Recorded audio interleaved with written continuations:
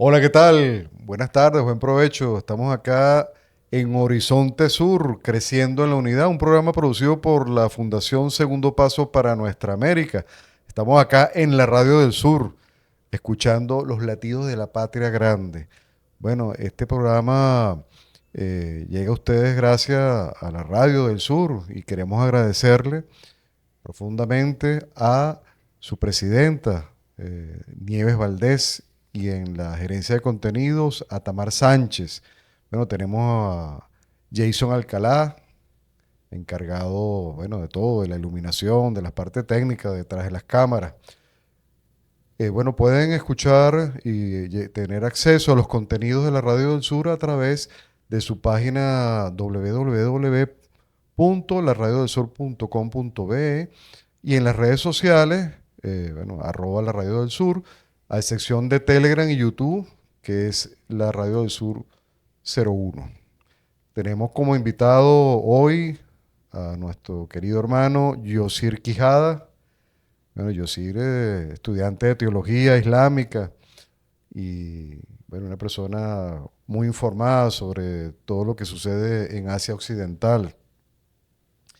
También está con nosotros Ricardo Romero Romero, también ayudándonos acá a este episodio, llevar adelante este episodio, porque nuestra querida Carolina Escarrá Gil, bueno, no pudo acudir hoy por motivos, razones de fuerza mayor. Así que bueno, en este episodio vamos a dedicar eh, este bloque, este primero y los dos bloques, a la situación, a la guerra impuesta contra Irán por parte del imperialismo estadounidense y del genocida, el Estado sionista genocida de Israel. Yo creo que en primer lugar tenemos que, Yosir, bueno, expresar nuestras condolencias por el martirio del imán Ali Khamenei, el Seyed, el Ayatollah Ali Khamenei, líder supremo de la revolución islámica de Irán. Y creo que comenzar por allí para que dar a conocer a la gente la dimensión espiritual, la dimensión intelectual, eh, mm, como de gran sabiduría del líder Khamenei y las condiciones en las cuales encontró, alcanzó el martirio. Pudiésemos también hablar, Yosir, tú que eres estudiante de teología, experto en teología, no, nos hagas o deja conocer lo que es el concepto, la definición de martirio, la importancia que tiene trascendental para los musulmanes y las condiciones en las que se dio, las circunstancias en las que se dio el asesinato vil de, del Ayatollah Ali Khamenei. Entonces, bienvenido, hermano. Bueno, antes quería decir que la Fundación Segundo Paso para Nuestra América tiene en las redes sociales, pueden llegar a su contenido en todas las redes a través de @ladanta.tv. Muchas Adelante. gracias, Ramón. Muchas gracias, Ricardo, por la invitación en este momento de dolor, donde nuestro corazón está acongojado no solo por el dolor, sino también por la indignación de los últimos sucesos que todo el mundo, a la vista de todo el mundo, se han sucedido.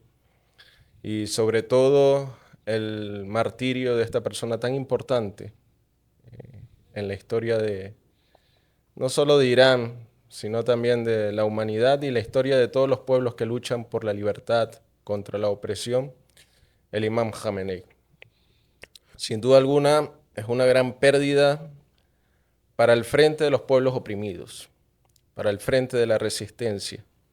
Y en el Sagrado Corán, nosotros vemos que hay un versículo que habla sobre los mártires. Dicen, no piensen que los mártires o quienes han perdido la vida en el camino de Dios están muertos.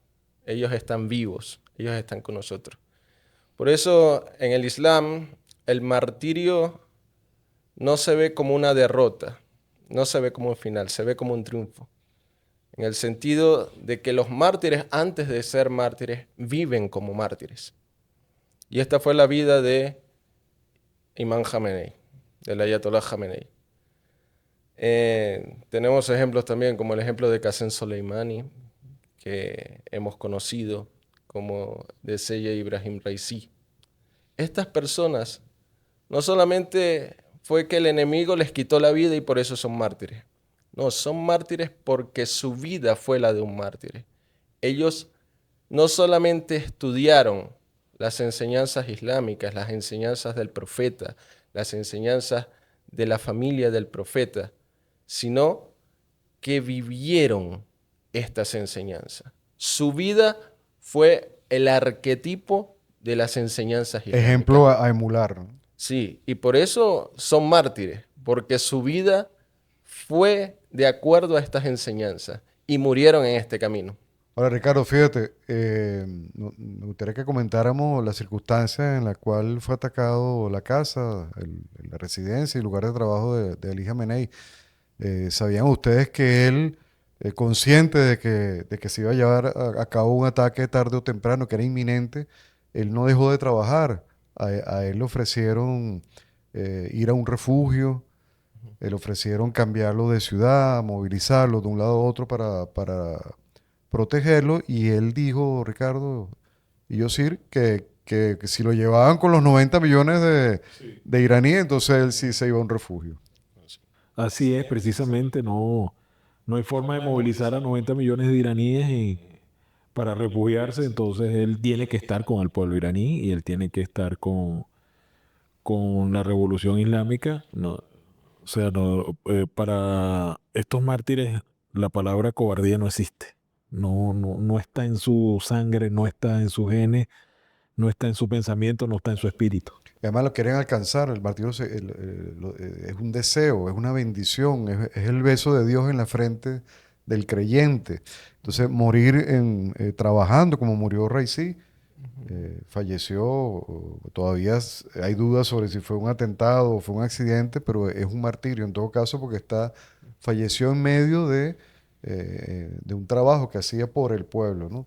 Entonces, eh, Estados Unidos todavía no termina de comprender. Aquí hay un problema cultural, ¿no? Ideológico y cultural. Pero sobre todo Occidente no logra comprender el concepto del martirio que tú muy bien acabas de definir, y todavía sigue creyendo que asesinando a un líder, y ese error lo han cometido aquí en América Latina también, cuando martirizaron a, a Che Guevara bueno, y a otros grandes líderes de América Latina. Exacto. Entonces, Gaitán, eh, y uno termina de comprender que eso para nada va a generar ningún vacío de poder, que eso para nada va a derrotar una revolución, que la muerte de un líder, porque en el Islam chiita, en la revolución islámica, el individuo no cuenta como tal, no es el pueblo, es esa voluntad colectiva. Y nadie es imprescindible, a pesar de que, como tú dices, es un paradigma a seguir. Como mártir, ese paradigma se sobredimensiona, o sea, adquiere un nivel mucho más, eh, bueno, y más importante como referente para la revolución, y genera más unidad. ¿Tú qué opinas? Así es. A lo largo del Islam se ven muchos ejemplos de esto. El ejemplo más paradigmático para el Islam chií son los sucesos de Karbala, el ejemplo de Imam Hussein. De hecho, la revolución islámica está fundamentada bajo los cimientos de Karbala. El Imam Khomeini una vez dijo, el fundador de la revolución islámica y profesor del mártir Imam Khamenei, una vez dijo, no se preocupen, si nos atacan económicamente, somos los hijos de Ramadán, del mes del ayuno, en el cual estamos. Ahorita todos los musulmanes durante el día van a ayunar, incluso los musulmanes que están combatiendo la agresión también están en esta situación de ayuno. Nosotros somos los hijos de Ramadán, nos atacan económicamente, nos bloquean, ayunamos.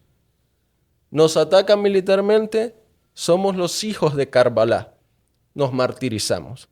De manera que no se puede, es inconquistable, es irreductible la voluntad del pueblo chií. Y sobre estos cimientos se fundó la Revolución Islámica. Como tú bien dices, los pensadores occidentales que hoy están del lado de la agresión, del lado de la opresión, no logran comprender esto. Porque para ellos, su sistema fisiológico solo funciona en base a engullir los recursos naturales, a engullir las vidas de la gente, a engullir la soberanía de los pueblos. Sin eso, su metabolismo no funciona. Sí. Una gula de poder. Sí. Entonces Delicioso. piensan que esta es la condición de todos los pueblos del mundo. En cambio, no. Estamos viendo al pueblo iraní solo, donde las Naciones Unidas han mirado a otro lado, donde la mayoría de los líderes de la región han decidido esconder la cara con la nariz sangrando. Irán solo se está enfrentando a la primera potencia nuclear del mundo y a la primera potencia nuclear de la región, que es el ente sionista. Y ha dicho que no va a rendirse. Esto es Karbala.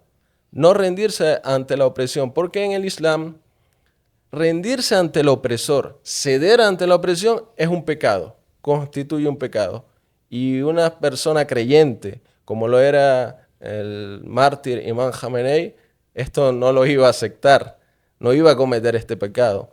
Y afortunadamente, otros como Imam Jamenei también están dentro del pueblo iraní siguiendo su ejemplo y no van a cometer este pecado de dejarse dominar por la opresión. Esto ellos no lo van a entender. Ahora el ente sionista acaba de declarar: dejen de elegir a un sucesor para Imam Jamenei, porque los vamos a martirizar también. El pueblo iraní ha respondido: vengan por nosotros, pero no nos vamos a humillar. Exacto. Entonces, esto es una escuela. Vendrán más líderes. Sí. Por cada líder Uno que caiga, otro va a tomar su bandera. Esto es la Universidad de Karbala, la Universidad de la Resistencia. Así es. Ricardo.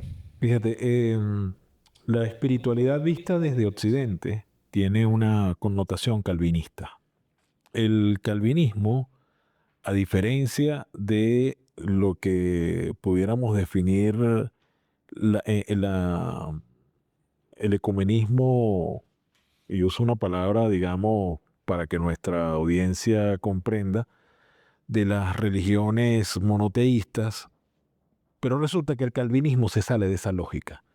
Inclusive se sale de la lógica del cristianismo primitivo, de ese cristianismo sobre el cual el líder supremo de la Revolución Islámica recién martirizado decía: seguir el ejemplo de Jesús, seguir el ejemplo de entrega. En el calvinismo no existe eso. En el calvinismo se toma la materialidad como una bendición de Dios y que hay que procurarla porque Dios la puso allí para tomarla. Por esa razón vemos cómo ellos han arrasado, cómo el calvinismo arrasa, destruye civilizaciones, va contra poblaciones aborígenes o poblaciones nativas, como fue en el caso de los Estados Unidos, que redujeron a menos del 2% a los aborígenes, y ese accionar lo han llevado ellos a un nivel de sistema de materialidad, y para ellos confunden materialidad con espiritualidad. Y eso también viene acompañado de una visión filosófica cartesiana. Ellos ven las cosas como y no estoy diciendo que Descartes lo veía así, sino que fue la interpretación que ha hecho Occidente de la filosofía cartesiana. Entonces, no entienden que en el caso de Oriente y específicamente... El dualismo cartesiano. Y del dualismo cartesiano, exactamente. Entonces no Pero comprenden... explica un poco más lo que es el dualismo cartesiano, ¿no? Porque, Bueno, porque es pensar, es tratar de romper el lazo natural que hay entre el hombre y la naturaleza. Sí, es distanciarse de la Hay naturaleza. una bifurcación. Exactamente. Allí, en el caso de esa dualidad, es que el hombre es una entidad superior a la naturaleza y que tiene que dominarla y que tiene que estar por encima de ella. Y eso es lo que se plantea desde la espiritualidad occidental. Tú has dado en el clavo. Mira, Yosir, lo que dices es muy importante porque en realidad aquí la pugna no es una pugna entre países. O sea, cualquiera, bueno, siguiendo las redes, pudiese caer en la trampa de que aquí hay una guerra entre países. No, es una pugna mucho más profunda, más significativa. Es una pugna de modelos civilizatorios, ¿no? Y aunque los sociólogos, los filósofos y los estudiosos, los académicos, se nieguen a re- a- a establecer, a tomar en cuenta la dicotomía de la guerra entre el bien y el mal, se niegan como a que creen que es un reduccionismo de un complejo. La verdad, lo que está sucediendo, lo que hemos estado viendo en estos últimos años, es eso, es una batalla ética, de valores, de espiritualidades. Y entonces la, la maldad, la malignidad, tiene también su teología, tiene también su espiritualidad, tiene también sus valores y sus éticas propios, Sí. sus símbolos. Es decir, es un modelo civilizatorio de la modernidad capitalista, ¿no? Contra el modelo civilizatorio, ¿verdad?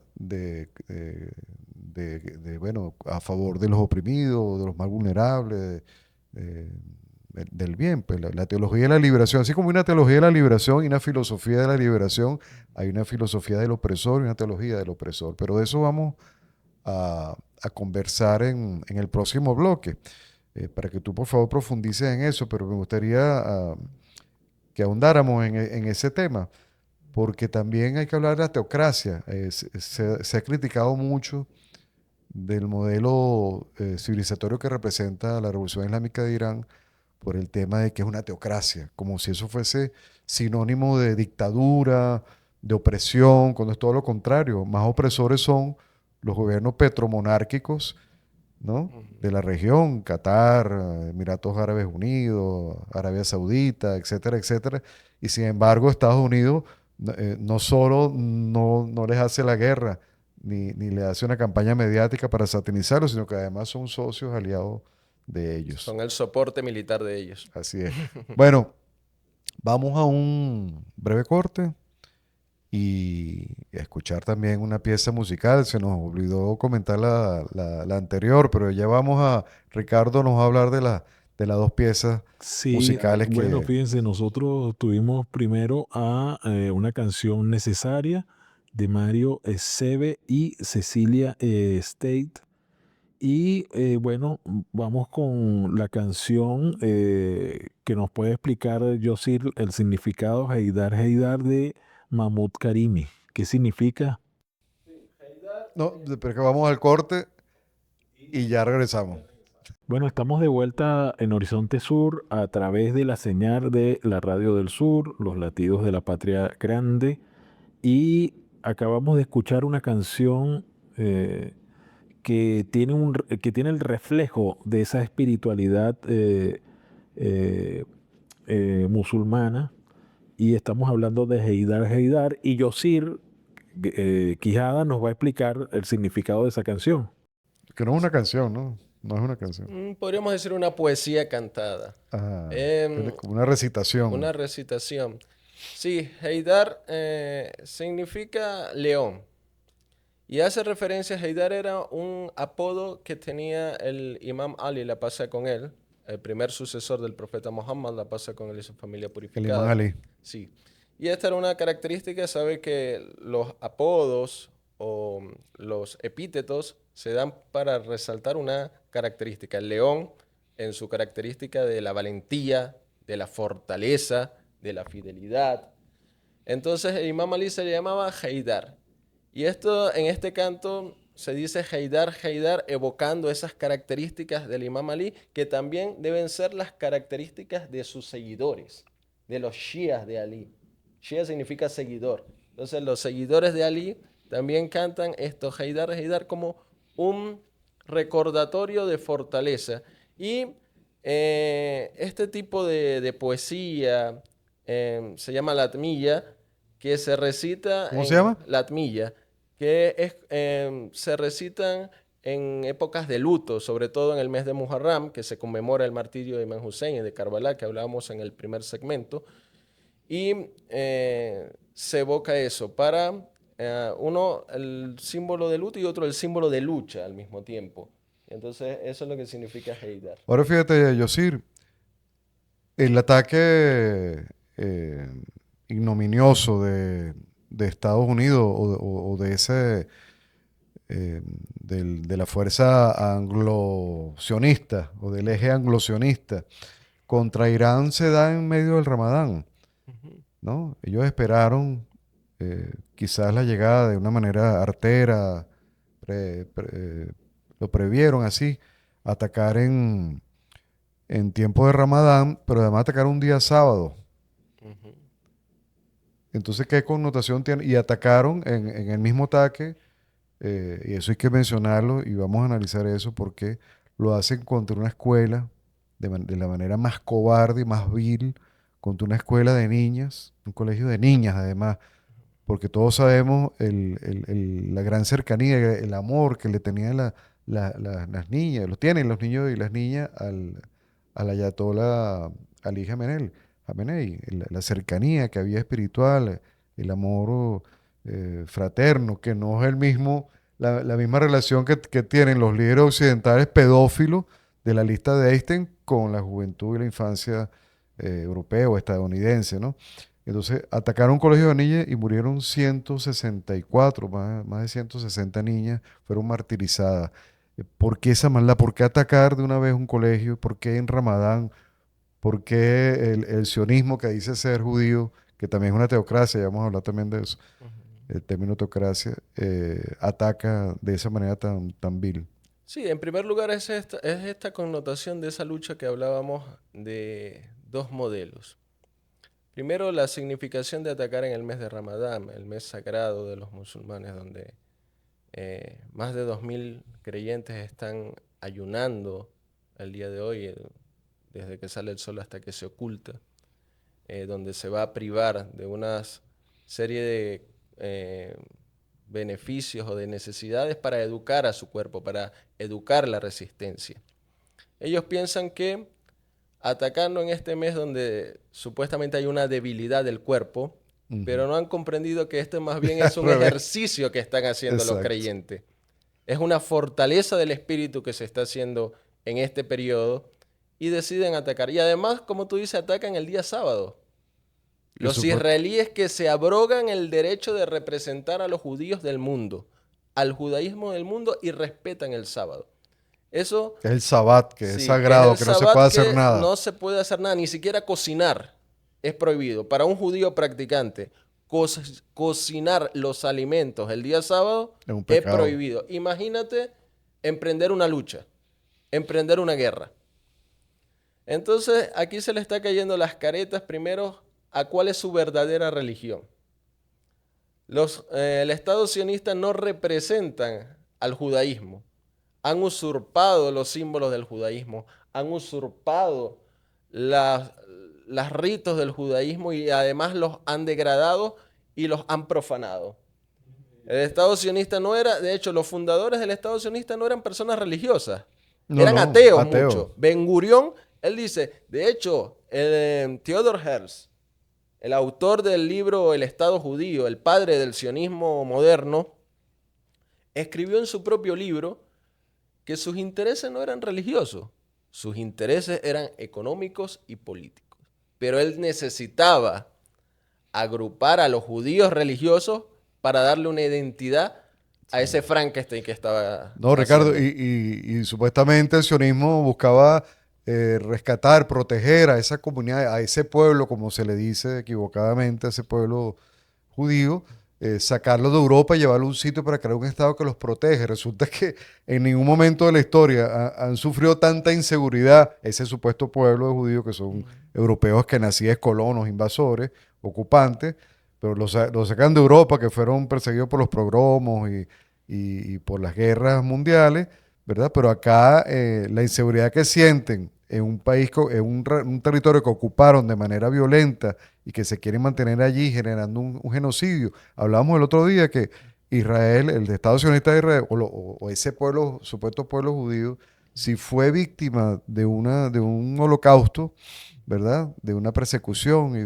un genocidio, debería ser el pueblo con la mayor elevación moral y ética de proteger a los inocentes, a los más vulnerables, Ricardo. Sí, había dos cosas que quería comentar y una está vinculada precisamente al hecho de que si hablamos de la época de tanto de cruzadas como de la Inquisición española y más específicamente con la que es considerada una santa dentro de la religión católica, como es Isabel, la que inicia desde la monarquía y desde el imperialismo español el genocidio que ocurrió en América, o en los pueblos de Abya Yala, y vemos cómo son expulsados los judíos sefardíes de España. Y resulta que estos judíos sefardíes llegaron fue a tierras donde los recibe el Islam y donde conviven, y todavía hoy, después de 5 siglos, todavía hoy hay más de 300.000 sefardíes viviendo en Turquía, viviendo en un territorio donde les permitieron mantener sus tradiciones, el idioma, porque ellos hablan un castellano antiguo, nunca recibieron ataques, fueron protegidos durante la Segunda Guerra Mundial en ese territorio. Fíjate cómo eso contrasta con lo que ellos han hecho en Palestina, que además de ocuparla, que además de querer borrar su cultura, bueno, están haciendo una limpieza étnica y un genocidio. Y por otro lado, voy a comentar algo de un actor estadounidense llamado John Cusack. John Cusack hizo un comentario cuando la mal llamada Guerra de los 12 días, diciendo que quien ha salvado la civilización es Irán. La razón por la cual él establece y lo categoriza de esa manera es porque está ocurriendo una desnaturalización de una población como la de Palestina, una satanización como es el caso de esa civilización persa, y resulta que es Irán quien le ha dado freno a eso. Es Irán quien ha tenido la capacidad y la fortaleza de frenar y demostrar precisamente cómo es esa forma de civilización occidental que lo que busca es arrasar. Es más o menos parecido a lo que pudiéramos catalogar biológicamente a un virus. Llegan y arrasan con todo con Así todo es. lo que existe. En los pensadores iraníes como Ali Shariati, Sheikh Mutahari, que fueron propulsores ideológicos de la Revolución Islámica junto con el Imam Khomeini, por supuesto, hablaban de a un término que se refiere como la intoxicación occidental. Así es.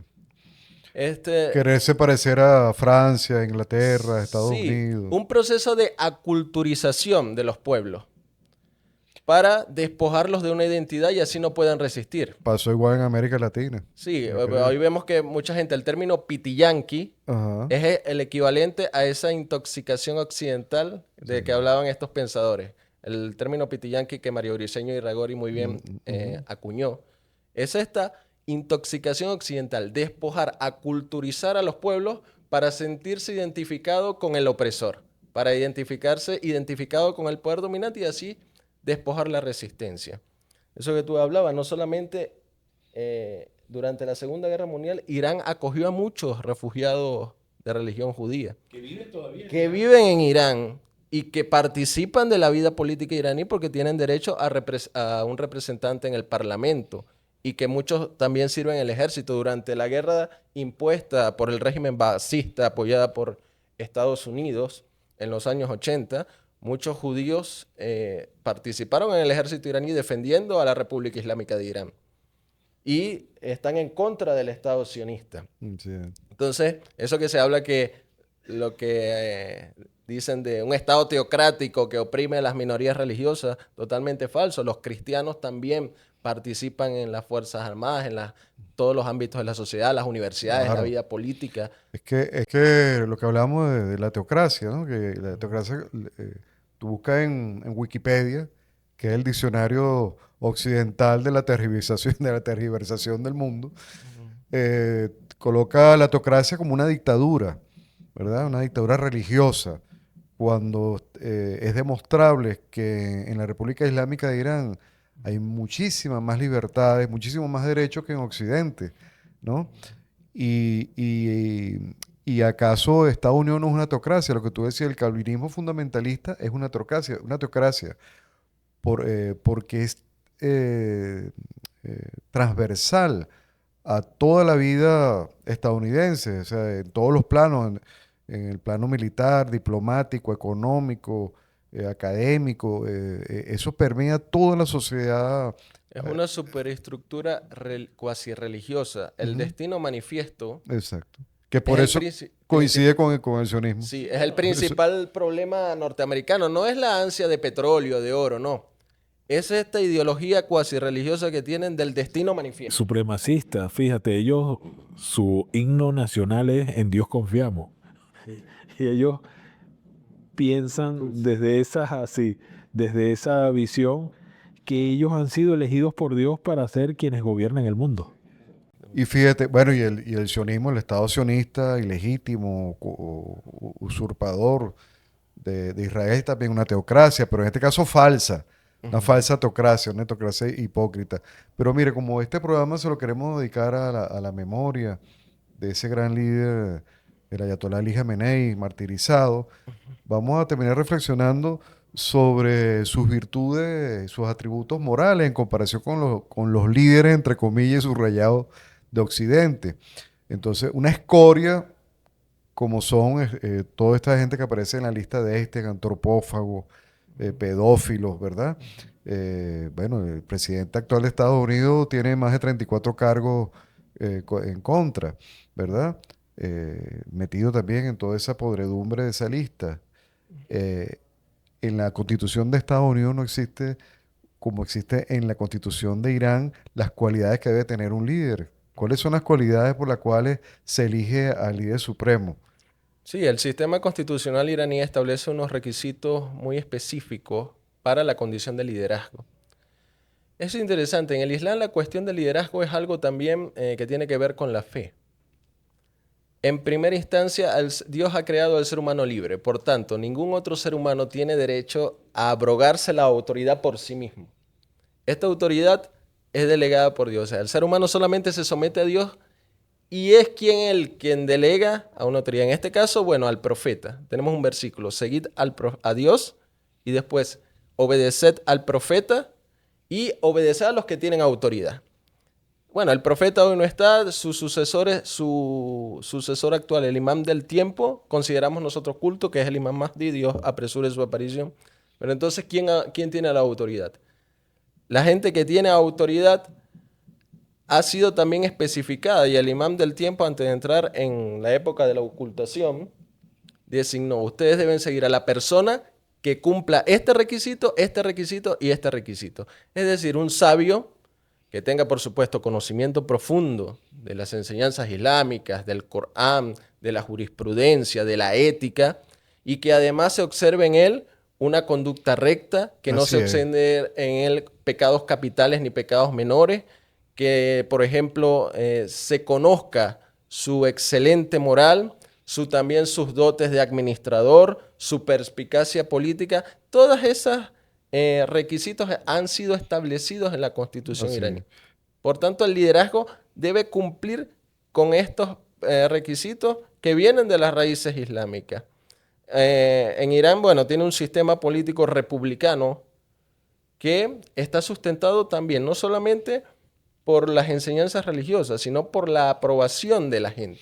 Bueno, exactamente. O sea, creo que le hemos dedicado este programa a establecer la diferencia entre esos dos modelos civilizatorios en pugna, ¿no? Que no es una guerra entre países, es una guerra entre modelos. Y también desmentir muchas cosas, porque se le quiere hacer creer al mundo que Irán está atacando a los países, ¿verdad? Como una retaliación desde la ira, desde la rabia, ¿no? Aquí no hay ira ni hay rabia. Atacando las bases. Se están atacando las bases, pero además no se está haciendo como una retaliación, se está haciendo, invocando el legítimo derecho a la defensa eh, que está contemplado en la Carta de la ONU. Y además, bueno, la agresión ha sido brutal contra Irán. Irán tiene derecho a, a atacar a las bases militares de esos países. Pero aquí no hay rabia, aquí no hay desespero, aquí hay un país cohesionado, no hay vacío de poder, pronto se va a elegir al nuevo líder supremo y, y bueno, desmentir, todo el mundo pendiente en las redes sociales, no caer en la trampa de la desinformación, de los bulos y de los fake news, haciendo creer que Irán está derrotado. Esto es una guerra de desgaste y la ventaja la tiene Irán porque ya el arsenal estadounidense y ni se diga el sionista, Israel, está mermando de una manera acelerada. Entonces, vamos a despedirnos.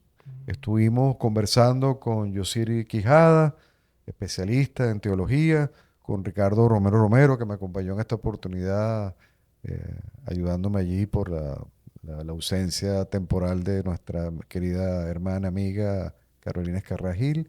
Esto es Horizonte Sur, un programa producido por la Fundación Segundo Paso para Nuestra América. Y bueno, pueden vernos, escucharnos a través de las redes sociales, a través de la arroba ladanta.tv. Agradecido entonces con la Radio del Sur, con Nieves Valdés, su presidenta, con Tamar Sánchez, su gerente de contenido. Así que bueno, hasta luego, hasta el próximo programa, el próximo jueves a la 1 de la tarde nos estaremos viendo. Chao, chao.